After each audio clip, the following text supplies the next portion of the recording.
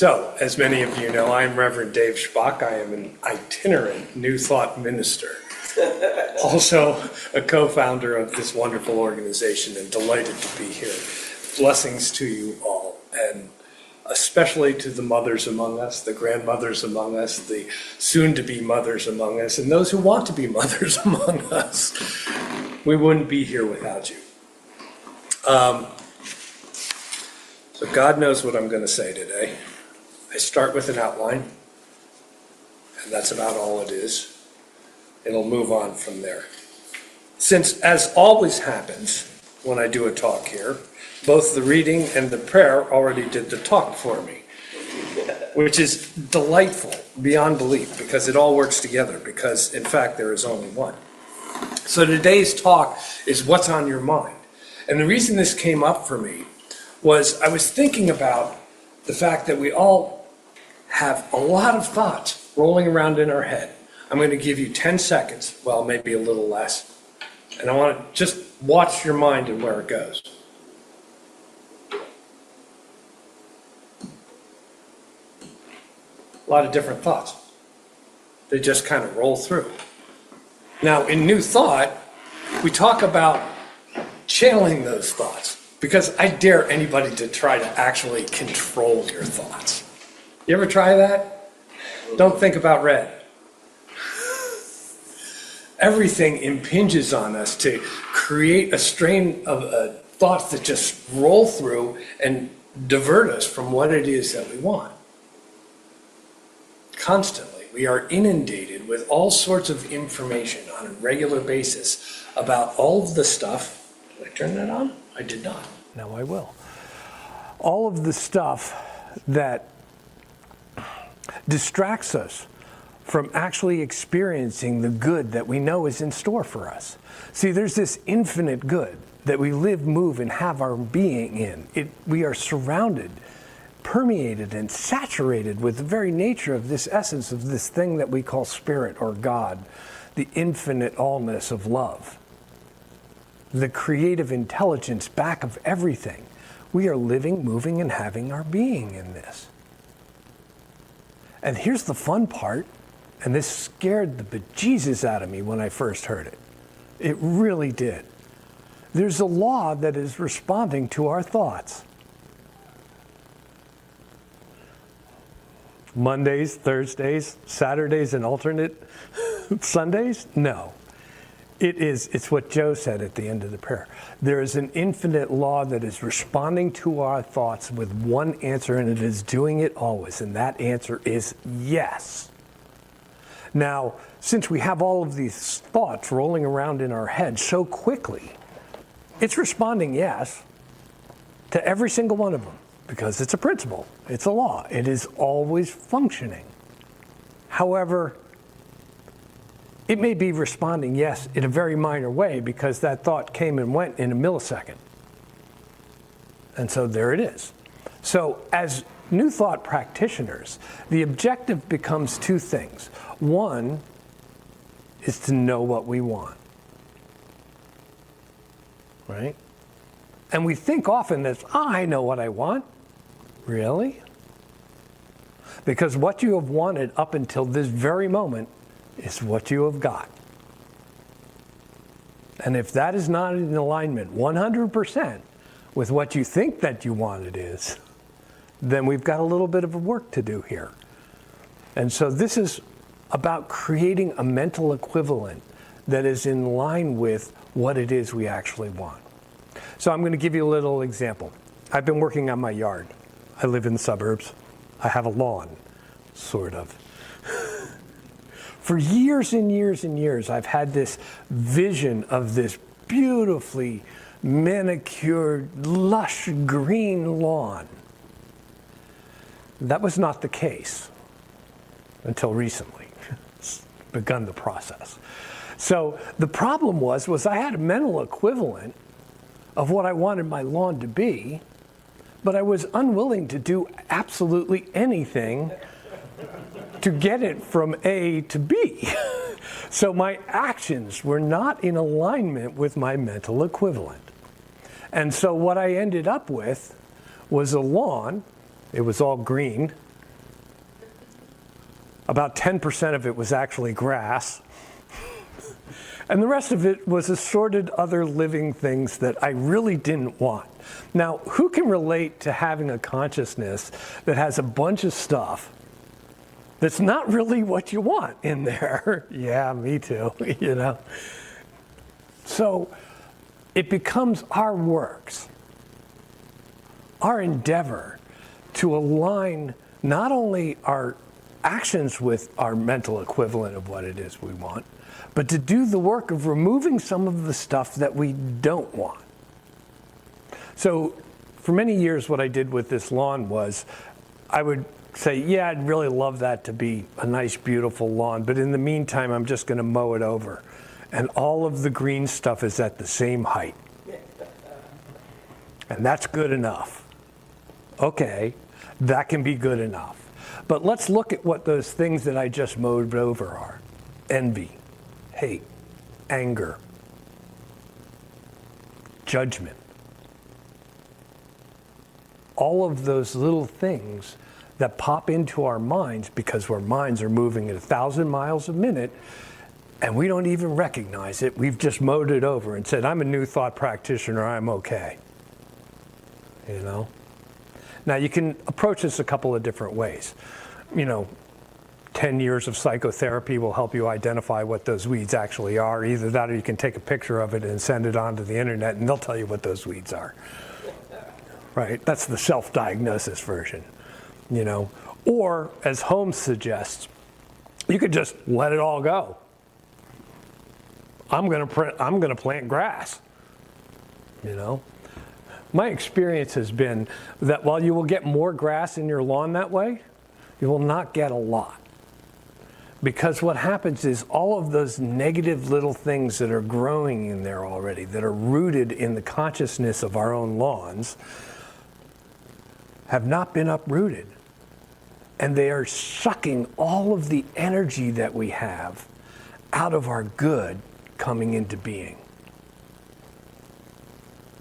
So, what do we do about that? That's the real crux of it. Now, Holmes has another really great way of looking at this. He says it's not every thought. It is the tendency of our thinking that tends to manifest into our experience. And I'm a big believer in that. So as we go through life and these things pop up, when you find yourself in judgment of a situation, perhaps it's time because you recognize the judgment, yeah? You recognize the irritation, which is just a mild form of hate. You recognize the fear, which is just a mild form of denial of the allness of God. And you let it be. Instead of weeding it out, instead of finding the opposite thought, instead of reaffirming the actual nature of reality. That there is one power, one presence, one infinite love, one allness of good, that we are living, moving, and having our beings as individualized, perfect, whole, and complete ideas in the mind of God. Forget the physical for now, you know? That's where the weeding starts, is to understand our true nature, individualized consciousness of the universal intelligence, expressed here perfectly in this moment, because God requires us to be us right now, to experience itself as us. That's the uniqueness of our being. That's how we're living and moving and having our being and walking through this experience as God consciousness in a unique form, you know? So when you remember that, you can counteract that little weed thought. Maybe say, you know what? That person I just flipped off on the highway, it's always a good example. I travel 95 on a daily basis, you know. Is God experience maybe not the best day? And maybe I can shoot them a prayer and remember that they too are that infinite allness of love and peace and creative intelligence moving about whatever it is their journey is that needs to move them as God into the next expression of themselves. And think loving thoughts. We can do the mental weeding to clear the ground. Now, sometimes we have a lot of weeds in the ground, so it's going to take a little work to pull all those weeds out so that we can then seed into new ideas. We can bring about that experience of the goodness that we truly desire. So let's say we have a mental equivalent, right? You need to really define what that is. I'm going to recommend that if you want something and you think you want something, write down exactly what that looks like when you got it. You got a 50-50 chance of already having it and just not recognizing that it's there. But if we can bring the tendency of our thinking that when this good that we desire has been clearly defined and we find ourselves in a thought mode that is in denial of that, perhaps it's prosperity, perhaps it's love, relationship, perhaps it's spiritual development, perhaps it's any desire that is good coming forward in our life that we are not yet experiencing, that's where we need to counter those negative thoughts. We need to do a little weeding and feeding, you know? So we weed out the old one and turn around and say, you know what? I've moved a little bit more towards my good today. I can re-envision what that good is today that I want to be in my life, and then look for it. Watch it come into being. Deepen our faith in that it is already present in the mind of God. It cannot not be. There's only one. It's everything. So that good is already present now. We just need to open up to it by allowing there to be soil that can actually accept the seed of our idea. And the law does the rest. You get to pick the seed. Now, what a great thing. We have freedom of choice. What it is we want to experience. And then we can plant that idea and nurture that idea and watch that idea blossom until it's no longer a dream, it's a past tense. That is who I am now.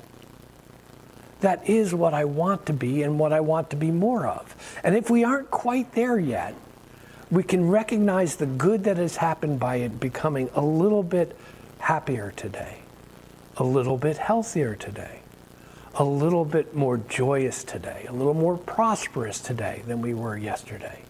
And this deepens our faith in the power and presence of the law. It deepens our faith in the power and presence of the good that is the nature of life.